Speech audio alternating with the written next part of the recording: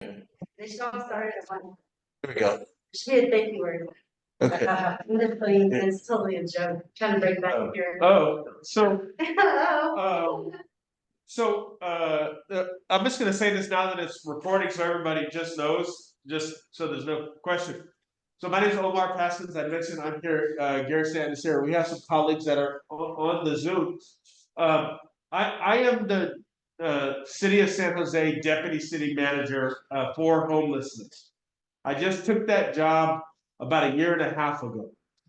And one of the things, I came from the county government in San Diego. And one of the things that I think is important to many of our colleagues here, and was important to me in my last job, was just getting to places where people who either were currently living outside or were directly to get input on a range of things.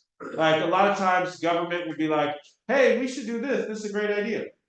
But don't nobody ask. Oh, yes. I apologize. I'll wait till you finish to ask a question. Okay.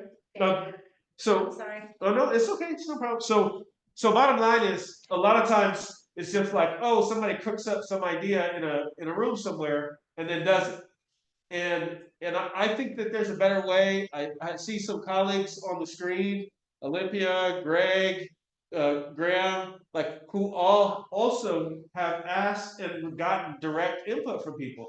And so there's kind of two things I hope to do tonight. One is to hear some things that are important to anybody who is here, like when you think about living on the street in San Jose, like what we as a city could do better, frankly. What are things that are working well that you say this part is okay?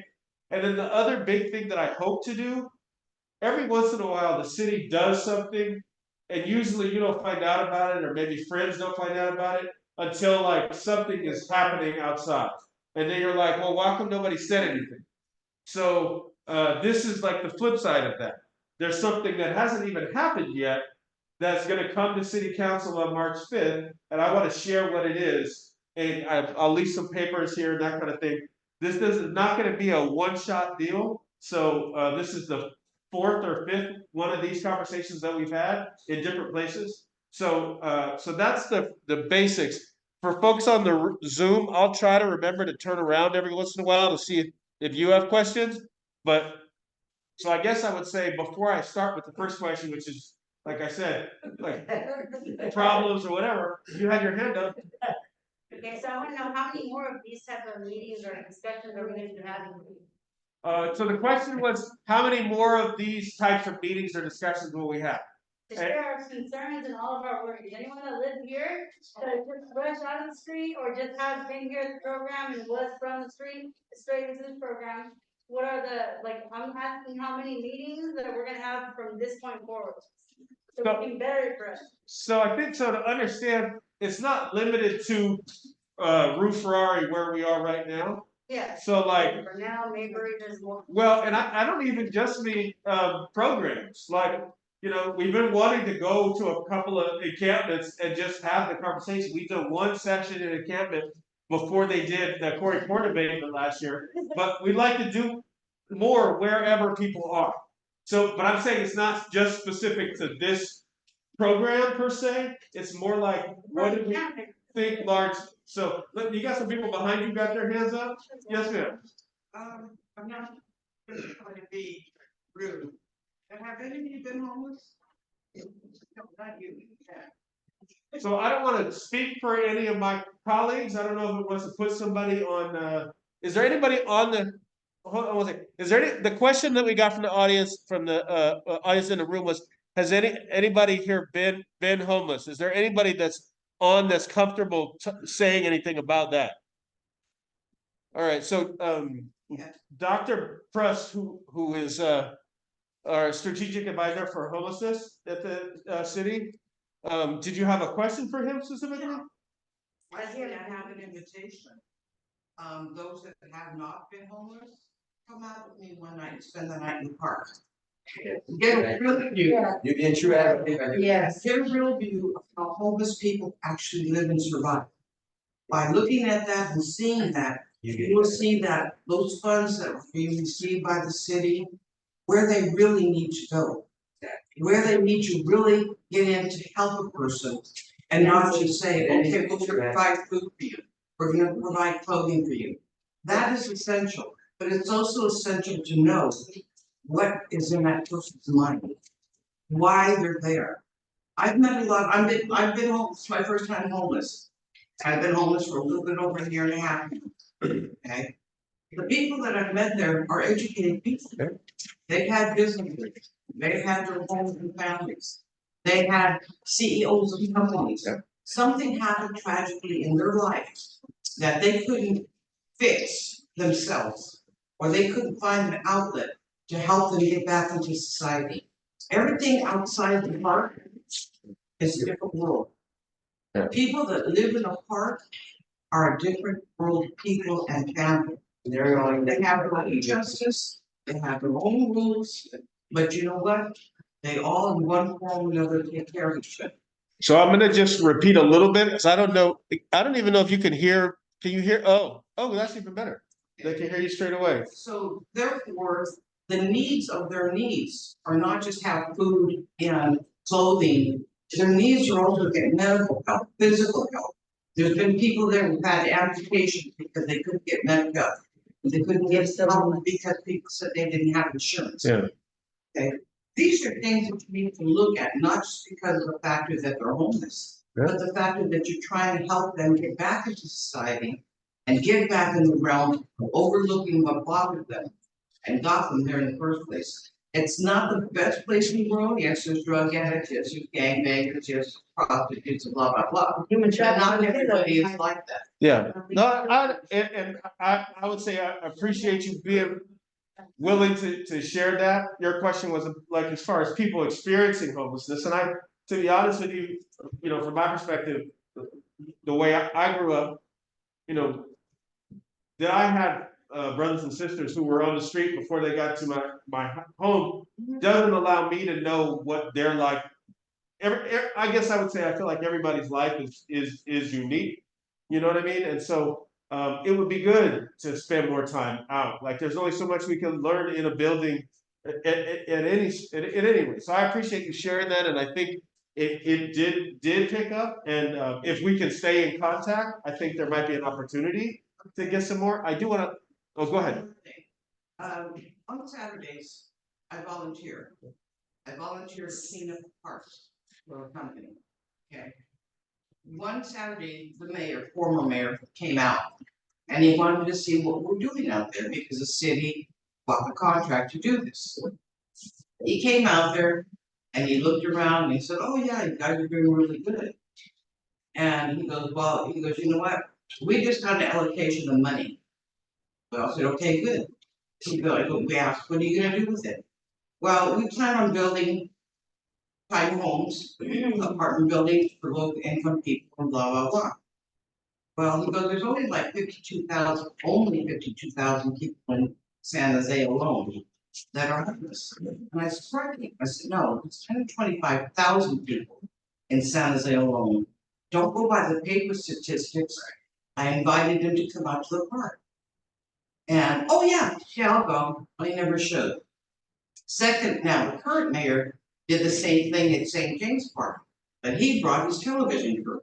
Okay, same thing. We're gonna do this, we're gonna do that. At that point in time, they had got allocated 52.5 million. Okay. Asked again, "What are you gonna do with this?" "Well, we're planning on buying property and so forth." Well, across the street, there's an old building on her lot. It was an old courthouse, okay? During that courthouse time, a man was hung in St. James Park, okay? They indicated that they wanted to restore that building to be a church because it was historic. Now, what's historic about a man getting hung?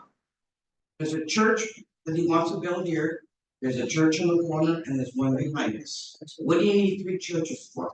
Okay, so we're trying to figure out, what are you gonna do, city people, excuse me, what are you gonna do to correct the factor that this money is coming in, but the money is not going to where it needs to go? Yes, they Well- built structures for apartment buildings, Yeah. but they've been sitting there for 2.5 years, Yeah. reconstructing. Well, so I wanna make sure, so I guess the direct answer is, like, the city spends not just the 52 million that you mentioned, as everybody knows, there's lots of different money and programs and things. We can potentially come back or follow more with what's happening with all those specific programs, if that's what you're asking, what the money's going for. But I do wanna make sure you have some other others in the room who have put their hands up, that they have a chance to speak and ask questions if they have them. So, but it's just to answer a question like, what are we gonna do with the money that we get for homelessness? I don't know, Greg, how many programs do you oversee, Greg? Man, all in total, we have about 26 programs that operate out of the housing department, from hygiene to outreach to temporary housing to emergency shelter to guaranteed basic income. There's all kinds of different stuff that we're doing to support the Thank you for that, and I don't say that like, nobody on this call is gonna break our elbows patting ourselves on the back. So I only share that just to say, there's a lot of programs, and so we can come back and provide more information about them, or frankly, even learn how we can maybe improve them. I see your hand, there's also somebody behind you, put their hand up a moment ago, so I gotta navigate the whole room, so. Sir, were you gonna say something earlier? Oh, maybe not, okay, all right. So again, the main, then I'll come back to you. So sort of question number one, just as you think about, what is happening in San Jose?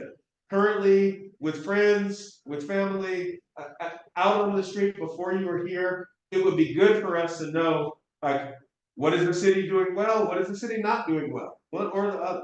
So go ahead, Lisa. Okay, so what the city is not doing that well is this. You guys aren't distributing teams to legitimately go to locations where other encampments are. What do you mean? Yeah, there's Williams Park. Yeah, there's Roosevelt Park. There is all the parks that are here in San Jose, but what about the places you don't go to? What about right there off of Minor in Virginia, where there is an entrance into the freeway and people still live in tents there? What about the jungle? What about, there's like multitudes of different types of civilizations that are within these encampments and these freeways. It ain't stupid.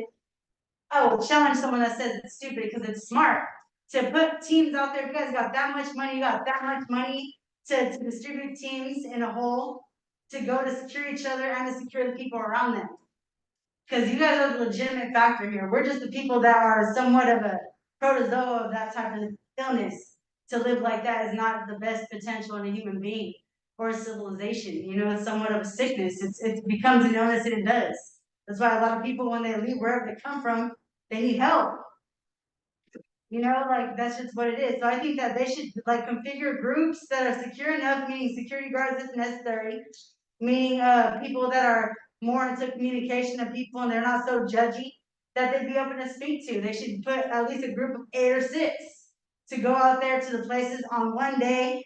They should have a schedule. We should all be able to see the schedule when these places are being, I see it. when they're being distributed to different places that there is. Where the lady was saying is one area, yes, but there's multitudes of many just like that. Yeah. My mom left here. She came here with me, and I was located here. Yeah. But I haven't found my mom yet. Yeah.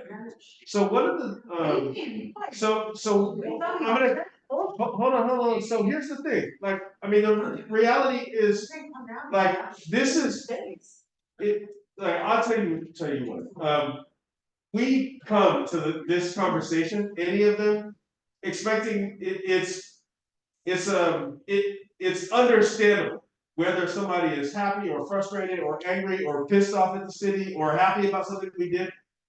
We have to accept it all. We have to be willing to listen. I'll come to you right after. But the one thing I want to say though is part of taking in the information, part of really hearing whatever somebody has to say, is we're not going to solve all the world's problems in an hour-long conversation.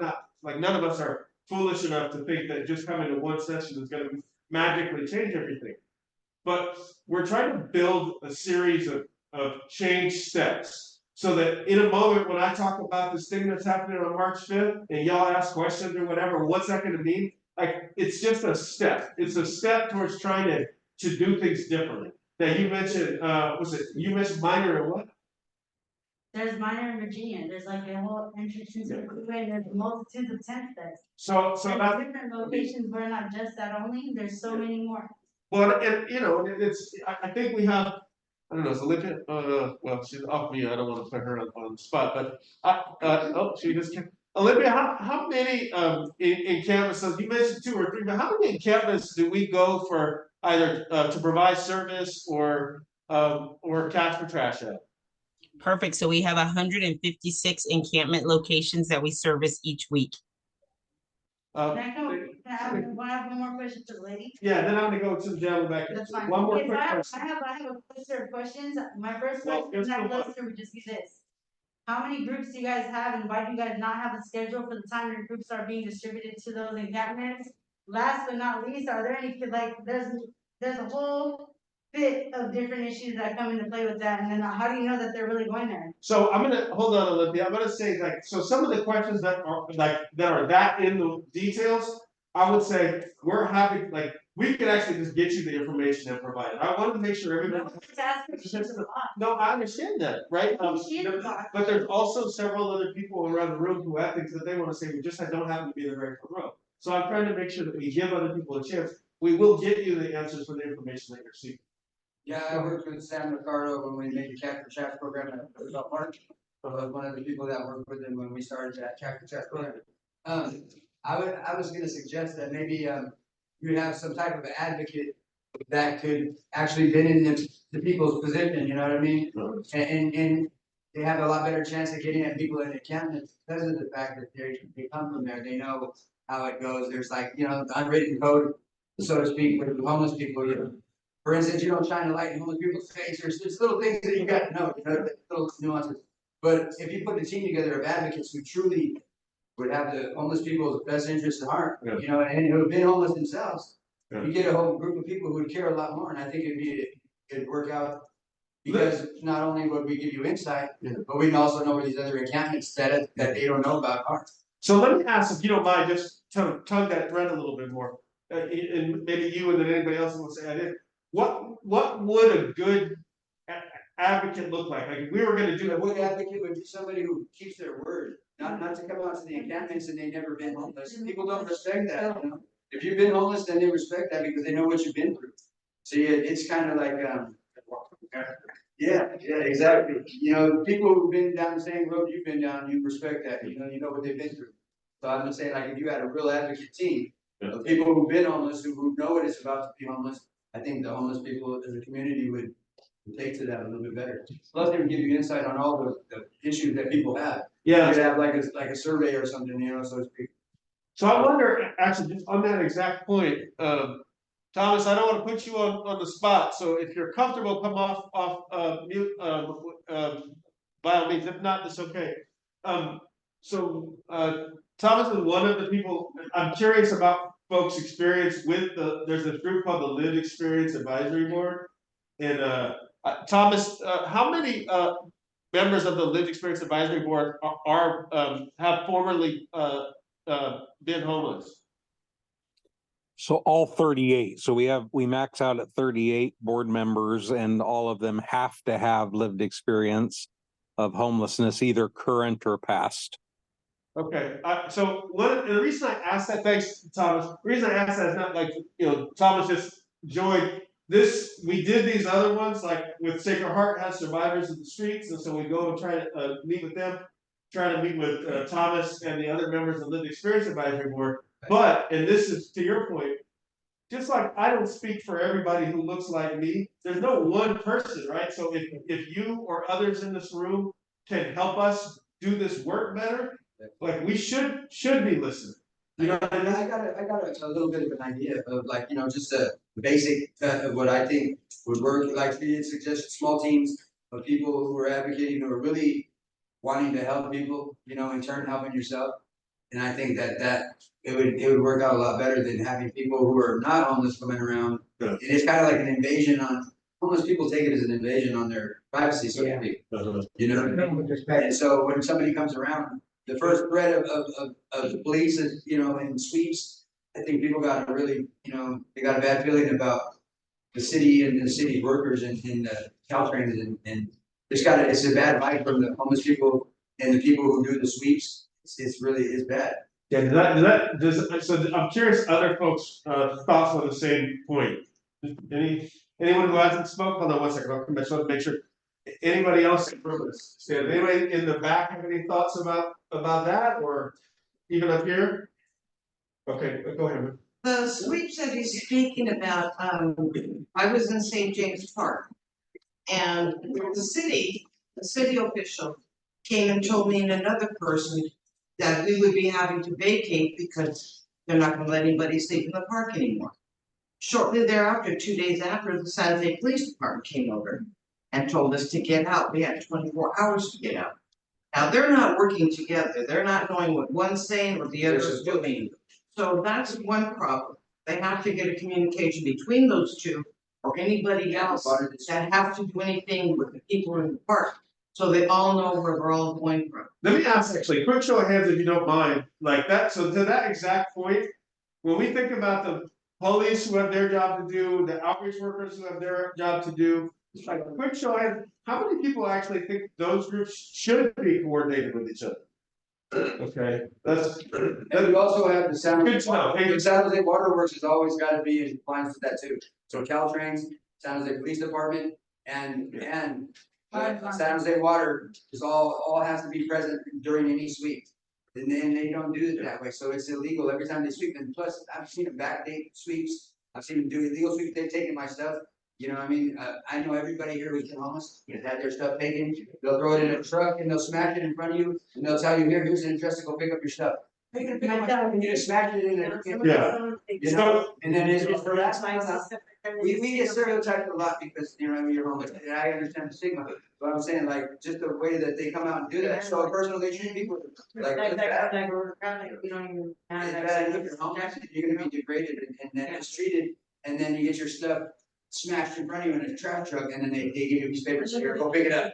They don't realize that what we carry is our life. It's a This resentment. is all we have. Yeah. This is how we live. This is what we could salvage Yeah. from whatever we have. And if they seem to take it and toss it in the garbage, you're tossing this. So, And we have to find another way of gathering that back up. and for everybody. We have to gather everything back up to stay.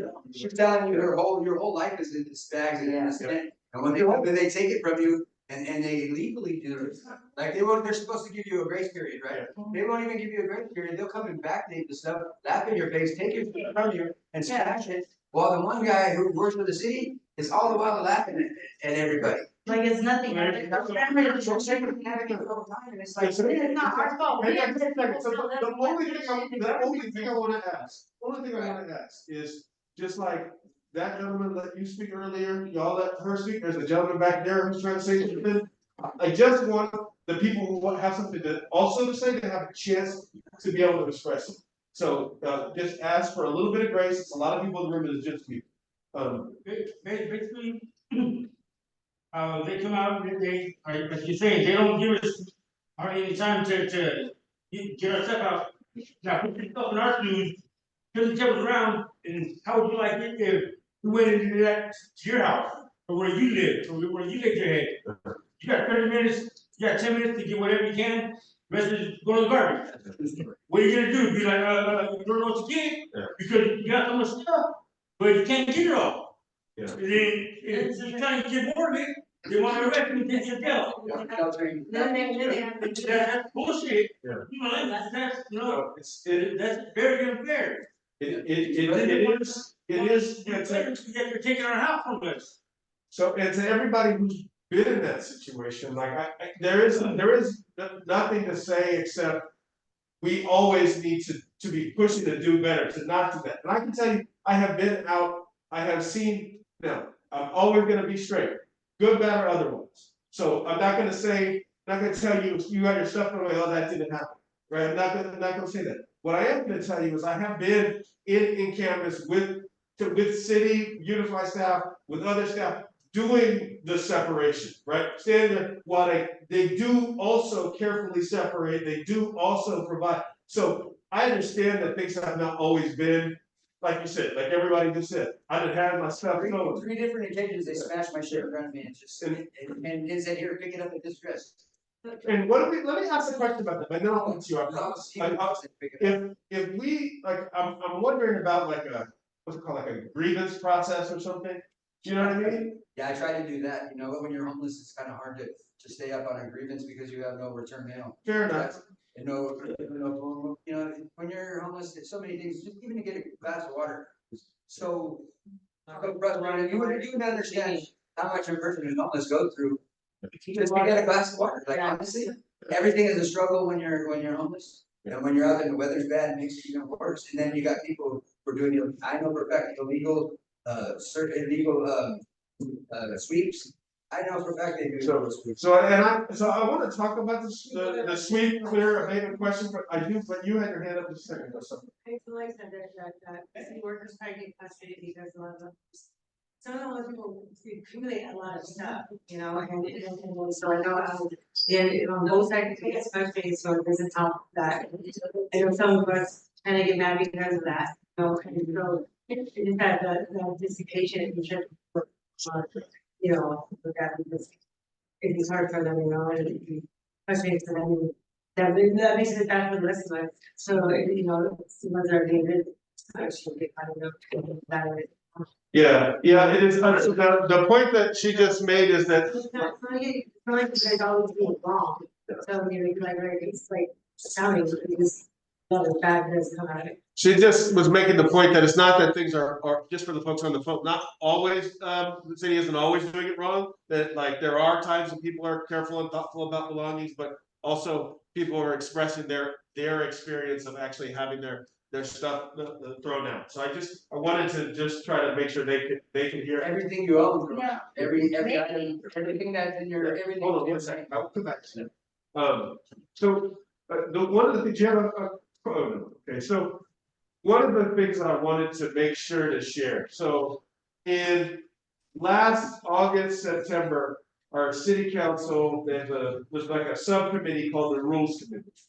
And they decide what's gonna go on the agenda. And so they had a meeting and they said, hey, we want an ordinance, we want a new law that basically will require vehicles that are lived in not to be within 150 feet of schools. And then they had another series of ones that they were directed the city staff. That's the way it works. The elected officials make a direction. And so then they had another one that said, and we want to evaluate a citywide different approach for lived-in vehicles. Now, I'll tell you this: what they added for that one was consider places where people would be allowed to park their vehicles. Consider where places people are not going to be allowed to park their vehicles. Consider codes of conduct and rules. Consider going to look at federal property. So there were a lot of different things that they asked us to do. And then what we did when we got that information was go to a room kind of like this one a few times, probably 3, I think, and have this type of conversation and say, here's the paper of what the city is saying they're going to do, so that we can get input early. One of the reasons I wanted to come to you talking about sweeps, or they're called abatements in San Jose, where certain areas end up getting cleared, right? Like, so they're illegal because they're supposed to have a representative of the water district, well, of the San Jose Police Department, and of the oh, city. well, So they never have all three. yeah, it varies. None of the plans that they had in effect in presents are not in the now. In the now, people are still getting their things took without these payment plans that were in effect in the past tense. These 2 days make no money. Okay, so It's true. the reason that I wanted to make sure what I'm about to describe, it relates to that conversation, what you call a sweep abatement. It hasn't happened yet, but it is a change that you have the ability to have a voice in pieces of what is being talked about. So on March 5th, their city council, like, we have to go in front of the city council because the California Water Quality Control Board, the state body, has essentially said you have to prioritize for the abatements Right. areas along the waterway. So they do have to be a part of every. Yeah. No, what I'm saying is the important, what the state water board is saying is that we as a city are actually going to be required to add certain areas to be abated or cleared along the waterways. Okay.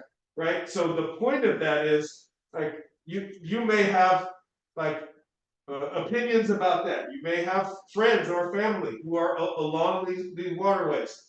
It hasn't gone to council yet, but it would be good to know, because the thing that we have to take, it doesn't just say that, it also says, well, city, you should try to come up with safe outdoor sleeping sites, well, like with tents or things like that, where people are allowed to be, right? Where they won't get forced to move, that kind of thing. That's One of the things we don't know as a city is what those ought to include or not include. Where would be good places to have them or not have them? Like, what do you think about the idea of having, like, some people call them sanctioned encampments or safe outdoor sleeping, there's all kinds of names. Like, it would be good to know what people actually think should be included or not, as an example. Right, input. So, yeah, so go ahead. You're talking about places to where put the tents up and so forth. Look at the fact that the city buys property, okay? Now, on Elm Rock, on King and Story, you've got a major golf course there. Look at the residential area, it doesn't fit. Okay, it's not fitting to that residential area. Really? Buy the golf course, build a campsite there. Next month in March, mid-March, they're passing a new law saying that if police come up to a homeless person and tells you to vacate, they give you 3 options. You vacate, they see you again, they'll cite you. They see you again, they'll put you in jail. Okay, then the police department in itself is supposed to help assist that person that they arrested to find a place to live. I'm not intending. Now, I don't know if this is gonna pass. It's right now floating, but it's supposed to happen in mid-March. Okay, so what you're talking about is not something that is coming before the city of San Jose. You might be talking about San Mateo County's new rule, but if it were happening in San Jose, I would know about it. Then you better read it because it's in the paper. So- Yeah, no. I'm pretty sure that what you're talking You're about like, the one that got saved out of is it. San Mateo County. Different. Seriously. So on the issue of, again, if we were going to try to find and identify and have places where people could be safe outdoor sleeping, like, first of all, does anybody even have an opinion about whether those should exist or not? One way or another? Yes.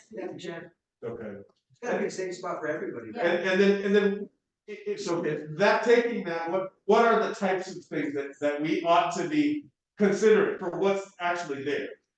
I mean, first of all, if you're gonna like I suggested, if you wanna reach out to the homeless, Yeah. I would suggest doing it with advocates who have actually been homeless. Yeah. Yes, agree. That would be the first step, and then to getting like information from, That's like intel to know We all- like right we've been from the there. source. it's just a trust factor. Yeah. This is, and How do you that be willing to do something like that? I got.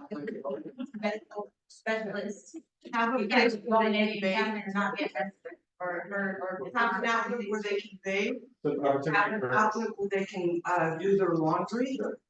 It's gonna be like a home in a home. Yeah. Okay, and that's something to be considered because those options right there, bathing. We have a mobile truck that comes out once a week. That does a free laundry batch. Uh-huh. You get a 7-minute shower. Okay, once a week.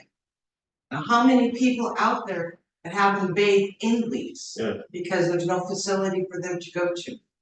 So The only way they can do that, and there's been people in the park, they use a water fountain, they get cups of water and they bathe themselves out. So 7 minutes clearly not enough, right? Well, so what What's not for you? what feels right? I take quick showers. I'm not a good gauge. What feels more right? What feels more right is giving the person a safe ability to keep themselves safe without harassment. Sure. But in the context of the shower, though, They got the mobile showers that come out today. how long can you take on the mobile shower? Once a week, probably for how long? But 7 minutes. We establish some kind of shower when they should shower, they, Sorry, say it again. it's got to go with only people can shower day, now what's. Yeah, What's weird, they ain't doing it, because people that are homeless, they will just, they need the needs. yeah. Yeah, that shower thing, and it makes the person feel a little better when you clean. When he's, you only services twice a week instead of once. You don't take away the humanity, you don't take away the dignity, and those They're both, people walk by you and they look at you. I've had ladies come by me with their kids, and they go like this to the kids, because they don't want their kids to see me. I'm not gonna kill them. Right. I'm not, you know, I'm not an actor, I'm just a person who just doesn't have a place to live. sure, yeah, honest, a lot of. Like, they told their kid they're going camping. So the reason I'm repeating some of the things that folks say is because there are different folks who have, like, who are writing down, taking notes, it's recorded. So longer and more regular showers. Yeah. It looks like everybody else, people want the opportunity to be regularly clean. That is a good point. I went to a site in another city, and I might even be able to pull it up on my computer and show some of the pictures. There were tents that you could stand up in, so like I could fully stand up like I am, and they had like a cot that was a little bit off the ground, and maybe they were about as close as yeah, like maybe between the two of you, distance wise. So I'm just trying to think about, practically speaking, if we were finding locations, what kind of things would be useful. Go ahead, you put your hand up. So. Somebody said that back here, okay. There's a lot of businesses, computer companies, housing that are empty and vacant. City goes through there, they break it down, bust it down, they try and build something new. Why don't they just use one of those big company buildings and put the homeless there instead of, then the money that they're using for the homeless can go to that, but they won't have to build a bunch of tiny houses or a bunch of apartment complexes, but they can make that into the housing for them, and then they can use the money that they're gonna spend on the housing towards other things for the homeless. Yeah, so now you can kind of see it. Let's hang on this one. Thank you, Suda. So I'm gonna talk about what you just said. I just want to, since they pulled up on the thing, you can kind of see in the front these little like kind of boards on the ground. As you move back, there's like a little piece of almost like it was like foam or something along it, and then can you pull up one that has the tents closer in the foreground? And one of the questions that I was going to ask about, though, you see how like the spacing and things, it's useful for us to get a sense, like, you know, I was asking people there, what do you think about how close they are, or like close or far? Some people said, well, we like them close because it feels a little more communal. Some people said, no, we wanted them a little further apart. I will ask to your point about the warehouse. I'll tell you, to be honest with you, I was on the phone with a guy who is a broker who has some clients with a few warehouses. It's one of the things that we're trying to like look at. It's not like, when I say we're trying to look at it, I mean the people who own the warehouses, they're not just giving them to us, right? So like there's the cost associated with leasing it, and then we were in Sacramento maybe a month ago, and they said one of the challenges inside the warehouse is the fire codes when you put depending on how you put the beds inside there, it creates some potential fire challenge. Which isn't to say it's not a bad idea, like we're still trying to evaluate it. Because if we could do that, then we could have space outside. Phoenix has a space like this where they have a warehouse, where they have space outside where people can be outside too. It's just, I just want to say it's an idea that's a good one that we're trying to figure out if it could be workable in San Jose. Having the tents too close to each other, in that picture, that's a hazard too. When catches fire, boom, it's gonna be a domino effect. This is good enough. If you could just zoom in here, I think I could maybe make the point there. So, you know, like so this is, to your point, they're like closer together.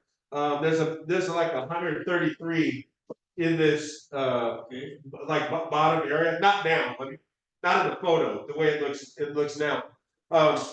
when I was there, I kind of had a conversation and they had, like I said, mixed opinions. Some people thought that the closeness was good and some people thought like I would like a little more space. But the plain truth, honestly, is when we have these conversations, like we want, like more people's input on how to make it workable, right? So whether it's distance or the number of showers or the length of the showers or laundry or connection to opportunities, right? We was talking to San Jose Community College, they were talking about how they had some opportunities. I think, did you have a hand in the back? Yeah, please. Okay, I think. You could. These tiny homes, they seem to be working somewhat for the most part for those that are here. And of course, not working for someone that's not here because they're not here. So they feel on the street, but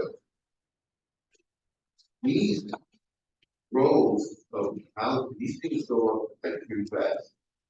Why don't they just put something like this up, put some type of access of room where they can get on the computers, you know, and everything else is the same as this. So the question for the people on the Zoom, just so you know, is the sort of homes like where we are in Rue Ferrari from the gentleman's perspective work pretty well. How come we don't just do more of them? Is that fair? Yeah, I would think, you know, eliminates closeness and hazard this, hazard that, like when you look for a big group or a team or an army, you're gonna cook everything in one way. It's gonna be bland. Yeah. Everything else is gonna be on the side. You know, so it's like as long as things are put to the place, bathroom. Yeah. So part And you know, food, access to, like, I think access to computers, even though they have Wi-Fi in my rooms. They do have some type of living room or whatever where they have to. yeah, access to computers, not just in the rooms, as an example. I'll tell you, you wanna know the real honest truth to why we don't have more? There's basically two main reasons. One is not surprising, it's cost, right? Like the actual building of these is like, it's enormous. It's, you know, I think we're looking at one side, it's a couple $100,000 per bed to just to do the building, which doesn't include once it's up, right? And then the other reason is we have a lot of difficulty getting the locations, right? To actually put, now I'll go in any room anywhere and we can have the conversation. You know, several people on this call have been in community rooms where, you know, neighbors, some of them have, most of them house will complain, hey, we don't want this. We've had a few, we're doing one right now called the Cherry Avenue, we're working on, where the neighbors were welcoming. And they said, all right, let's go. What can we do to be helpful? So we do have some of those too. But generally speaking, though, like when they didn't want homeless people in that area, they've seen it as devaluing their property. yeah. Which is strange though, because Pedro Street, the interim housing located, it's like one of the most successful in the city. You know, and they It opened still doesn't change the fact that the people that live there in that area didn't want. before, and you know what usually happens is people before it opens, right? Go, oh, we don't want. Nobody's complaining about that site now. Right. You know what I mean? Like There's a stigma with homeless. There is a lot of homeless people who are not the best people, but to be honest with you, not all homeless people are bad. Where's the rest of that allotment go? People think convenient for them to have their children to be accustomed to that. Especially coming from not lower class, like from where other people may or may not come from. But to be inside of the government area where there's nice areas, expensive schools, and parents that both have vehicles and go to work every day. Yeah. It's inconvenient, they're getting cashed out some money. That's the only reason they're gonna agree to it, it's a majority rule here in America. The majority. What about Sure. vacant Go ahead. hotels, like the one that's already near the First Street? Yeah. No idea, the window, Yeah. the whole So, vacant. hold on, wait, sorry, say that, I missed the last part, so the vacant hotels, right? Yeah, right next to the EIH First Street, they Yeah. have like two vacant hotels that are Yeah. closed down, what about opening those up Yeah. for the homelessness, you know? It's- Since it's already in that same area as the First Street one. So the reference for those on the phone was to the abandoned motels near or closed down motels near First Street. Yeah, cause they just, Home First just took over, First Street, which was, run by, I think, Life Moves. So that I know that when I went there, they have 2 more vacant hotels that are right next to them.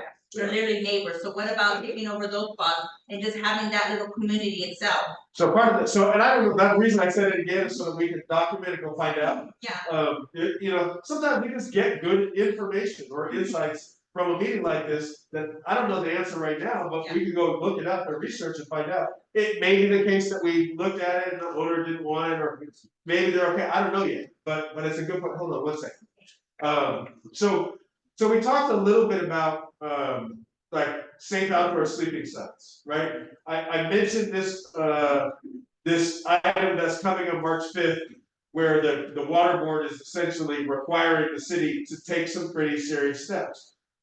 I'm gonna leave some of those papers here when I leave.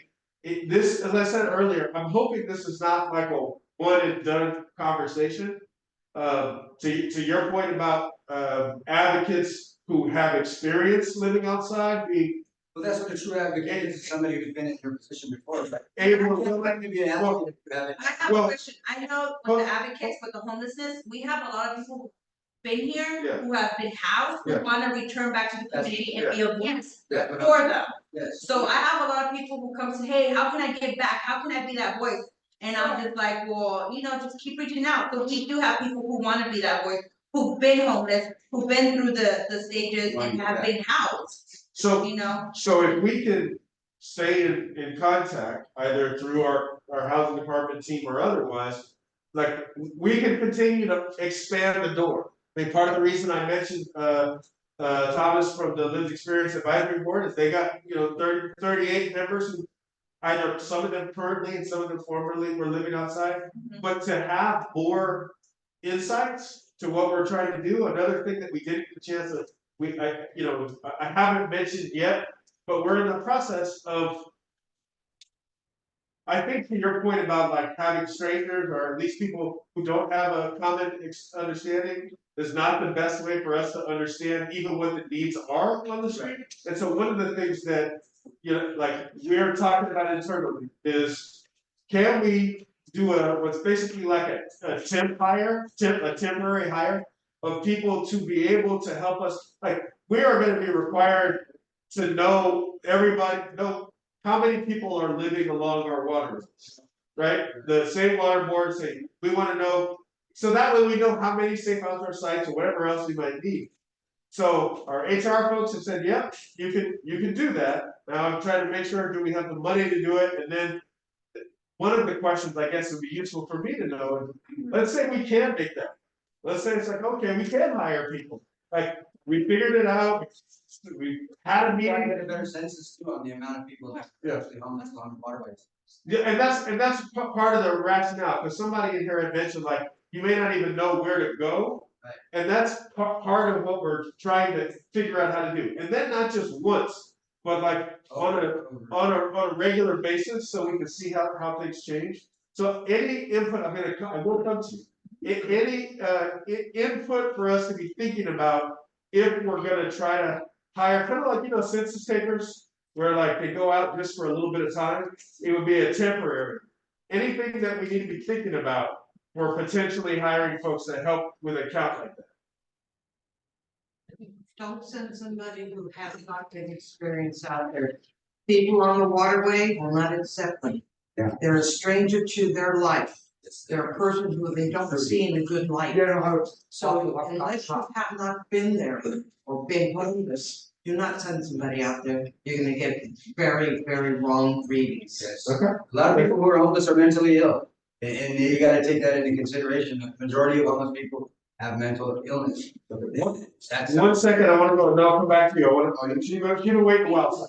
I know, he's my neighbor. Oh, no, there's another gentleman in the back there. Go ahead, it's okay. Quick question is like, so are you asking, like, who can you hire, like? One of us? Let's say, because I'm the one that I'm up for hire to be hired, Okay. to be paid some kind, whatever time that I take out of my days. now to make some money, whatever it is I'm doing.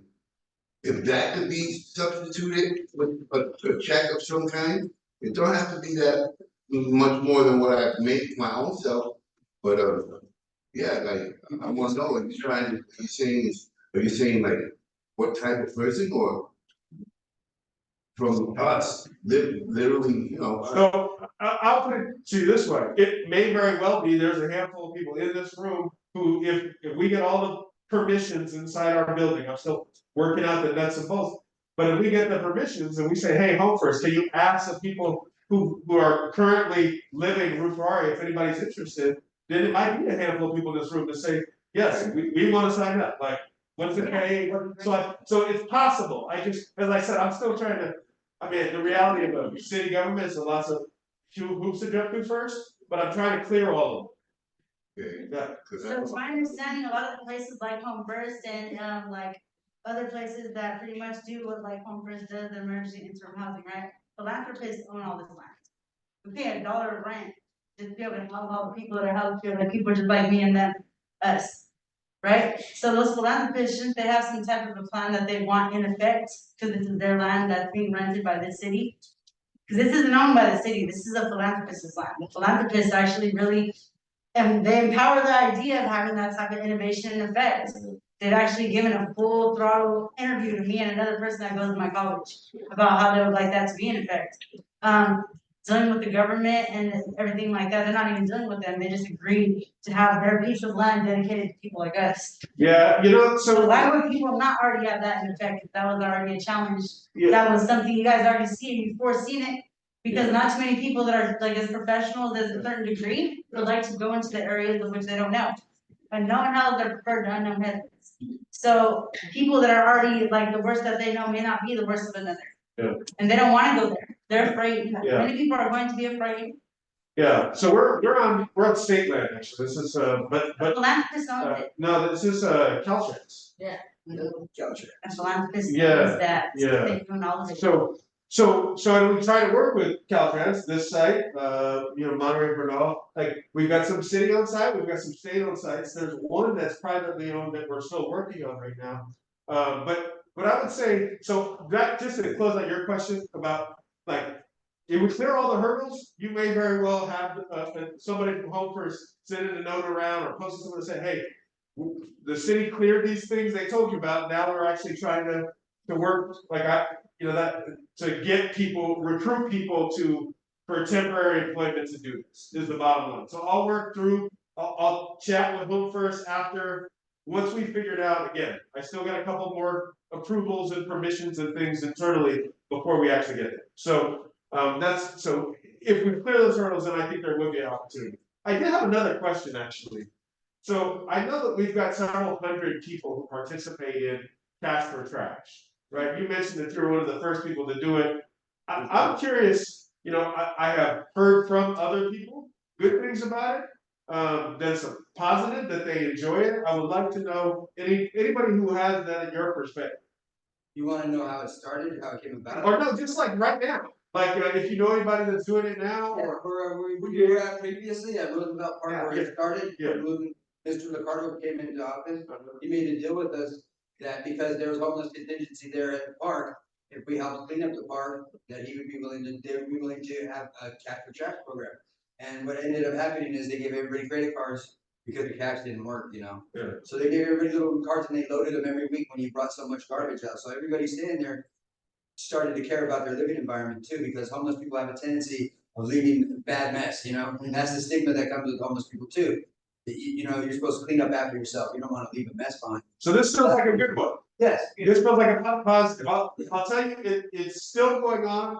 Our Beautify San Jose division oversees that program. You got a lot of work to do. But I guess this is the point from earlier though, right? It's like, not everything is all one way or another. This is an example of something where it seems to be working pretty well. In other cities around the United States have adopted the Cash for Trash program now. Oh yeah, I've had some friends call and ask. Yeah. Pick out how cool copy, but so I'm glad to hear that. Glad to hear that's a positive.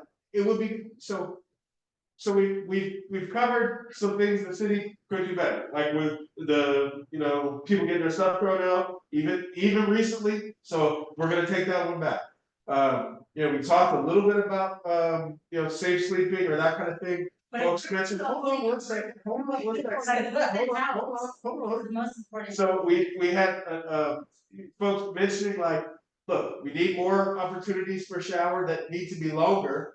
You know, and I think very importantly, I probably heard this 3 or 4 times today. Whoever the contact engagement is when we go out, we need to be engaging people who have or have experience living outside or are living outside as part of that, like the voice that helps make the connection. That like a bridge builder, a conversation point. So I add those synopses as much for us so that we have these nuggets when we all go our separate ways, but also to make sure I didn't miss anything or say wrong.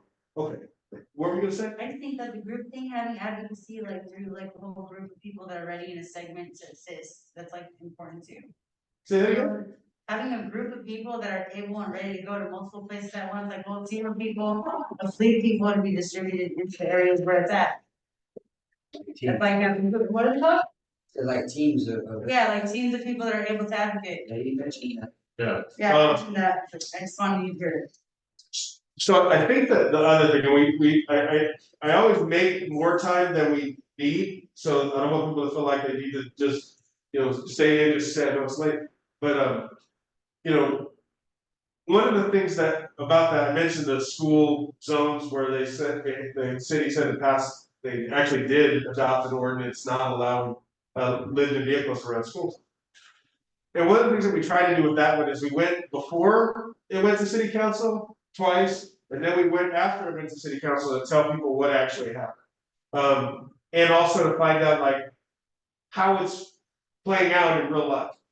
That's another thing that would be helpful for us. I don't know what's gonna happen, when we go to council on March 5th. I know that, the water board is talking about 56,000, I think, $56,000 fine per occurrence everywhere in the city. So if you think about everywhere that there's a piece of trash going into a waterway, right? Every single one of those on any given day could be a violation. So 56,000. Guadalupe directly, you're talking about the Guadalupe River? Guadalupe, Coyote, Los Gatos, like you name it, right? All of our waterways. Yeah. And so it's not gonna be all at once that some change happens, but this is gonna happen. And part of what I think we're trying to do with this and a few other things is say, how do we not just have it be yet another harm to people who are just trying to survive? Like, what is the, You what can is, make it easier by implementing the things that I was. We gave you what's that? I'm sorry, I can't hear you. Is that what that?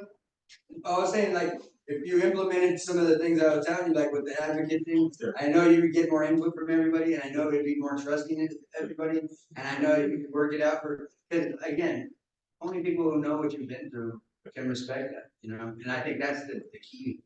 Like, with homeless people, they don't trust anybody, and the very least they can do is trust another person who's been in their shoes. And I think when you got advocates coming out there and they've never even been homeless, that's just contradiction. You're not the advocate. You're just someone over here wasting everybody's time, right? And then everybody feels like this person's not out to help us. They're entitled, you know? And it's like, they don't respect it. Okay. I'm gonna check and see if anybody on Zoom has a question or comment. So I'm basically looking for any of the hands that pop up on the screen just in case. I don't see any, which is okay, you don't have to say anything, I just wanted to make sure to check. In terms of, you know, we have a couple of things that are just good to know. Our library system has launched this thing called a holistic library initiative, where they're trying to find ways to make some of the libraries even more welcoming. So they're talking to a local nonprofit about making it where people can access their own HMIS information from like a terminal in a library, creating both job and housing fairs in our libraries. So that hasn't gotten all the way in yet, but it's an example where the city as an entity is is trying to do more, not just, some of the things that you might read about or what have you. So I just wanted to share that. Is there anything, this may be my last question of the evening. Is there anything like, so you had a chance to potentially change any one thing, right? And say, gosh, if the city would just do this different, rather than the things we talked about. Is there any one big burning thing that comes to anybody's mind? I'll go here first and then Dave. To look at a homeless persons as a human being. Remember that at one point or another, we were out in society, we were working jobs, we had our families together. Look at us in that way again, don't take away what we got left. That's right. Expect us in the fact that you know what, we're looking for help too. It's not just because you're offering resources or places to be. Come to us and make it happen. And then show us that somebody does care. That's why her suggestion of bringing people along was great. What were you gonna say? Mr. Orman, first, I really appreciate that you're here for us. I have, 4 different areas to bring up: safety, protection, assistance, and hardship. Okay.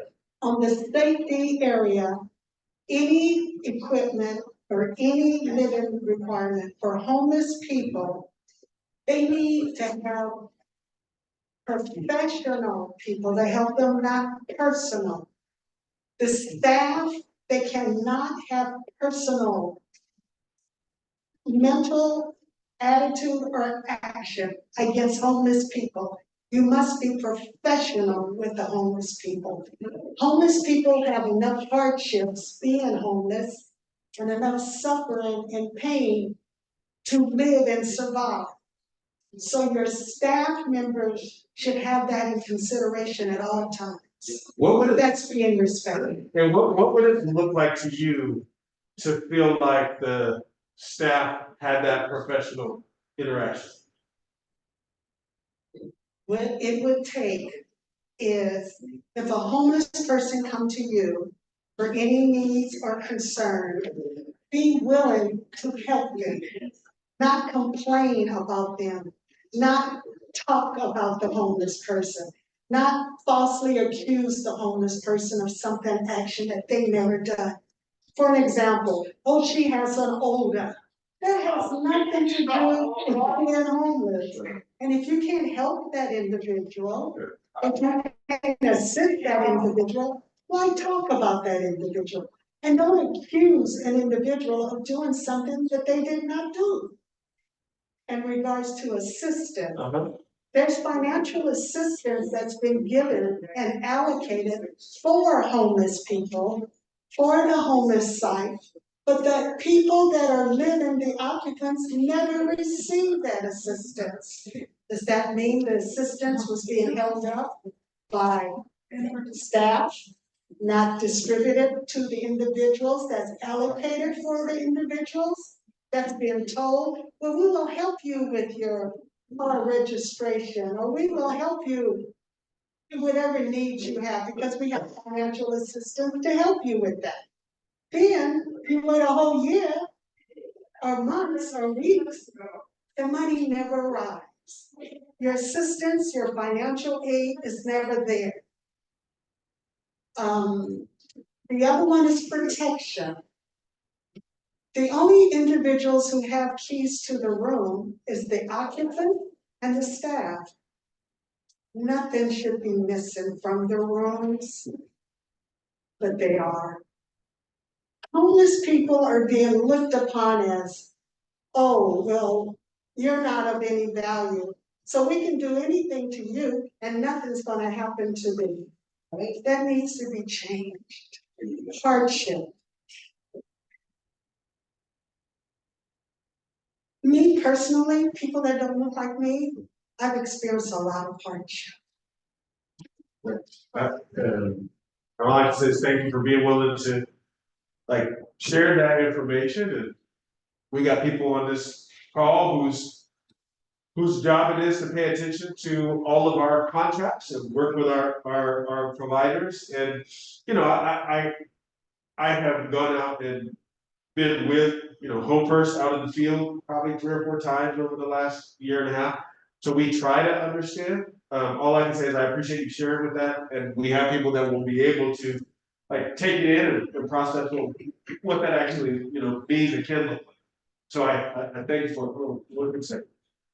One of the conversations we're having right now, mission protection, which made me think of this. And we're talking to the county emergency medical system director. So, ambulance comes out, somebody needs some help, this kind of thing. And one of the things that we're trying to talk to them about is kind of trying to figure out if we could get data, not people's personal information, but like all the ambulance trips to Ruth Ferrari in a year, all the ambulance trips to, Monterey Road. And we can start to understand, like, at a broad level, what's happening. Maybe we'll be able to figure out if there are things that we can prevent. Like, we saw one set of data that showed there's a lot of like hypoglycemic action. So like somebody with like maybe diabetes or something like that. And so we're looking to try to figure out, can we get reimbursements to do like medically based meals, as an example? I guess the question I would ask is, as you think about the ambulance service, that kind of thing, even just access to healthcare, are there any aspects of the sort of health system that you feel like y'all should really look at this? But as far as the city goes? Well, the thing of that is, like there's a clinic, Santa Clara Valley Clinic on 17th in Santa Clara. Okay, that is about the closest facility, say, to St. James Park. Okay, other than going over to the hospital. Now, when you go to the clinic, again, they won't see a person unless you have insurance. Okay, so that person that's going in there needing help or whatever it can be is not going to be seen. So they're going to go back to the park in person. Okay, until EMS maybe has to come out for them when they're halfway dead. Another thing is too with the city, the police officers are now rotating around St. James Park quite a bit. And there are people who come, organizations, private people, that bring food to people there. This is the only food that they get, Sure. Okay? And the police are telling them that they can't go and do that. And why they're taking away from them something that they can't get themselves. So, we have this dynamic, it certainly relates on the food front a little bit. I'll just share it with you. We had a situation where somebody was trying to do that, trying to come feed people at a time and location that they thought worked for people, and so they would come. But one of the challenges that we had is that the food, a lot of times, maybe about half the time, was old and like borderline, let's say, and then and we were like trying to fund a few other organizations to deliver food within like a couple blocks. Part of I say that just to say one of the things I think that the city tries to do, doesn't get it right, but tries to do, is to create circumstances where people know if they're getting food from there, that it meets a certain standard, and that there's a way to dispose of it all, and that they can take. So we may not get the hours right, which would be useful to know. I mean, it doesn't address the St. James Park point exactly, but I guess I'm just trying to say, where the city is engaged in food, we're trying to get it to where it's useful for people, and we know that it's good food. And so I guess it would be helpful, maybe our hours are right, like maybe we need to, I don't know, do you know, like for people at St. James Park, do you know why they don't get food at any of the other places downtown where the food is? Well, for one, they're expensive. Oh, okay. Not the free ones, that's what I'm talking about. Well, the free ones come to them. We had one guy, Andrew Sanchez, he's a pastor, has his own church. He's there guaranteed every Thursday, no matter rain, shine, tornado, hurricane, he's there. Everybody knows that in the park, so they know to meet him at the time that he's designated to be there. He has hot food, freshly made hot food, salads, vegetables, everything. Everybody, you'll see the line, it goes around the block. Because they know he's there, they know that they can We rely on them. They know the food is gonna be healthy. We have other people in certain days and certain times that they know they're gonna be there because they come consistently on those days and times. So everybody knows the schedule.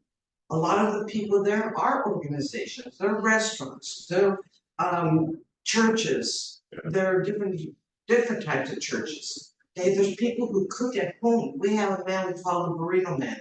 He comes every morning at 9 AM. He and his wife cook and make soup and make a burrito for everybody.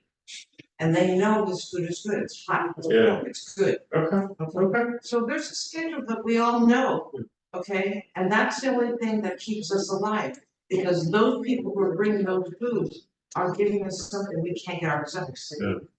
If you go down the street and try to buy a burrito, it's $15. Okay? Yeah. Where you get $15 from? Yeah, sure. So I don't have, I think maybe the last thing for the folks are left is, I would say is, we'd like to come back.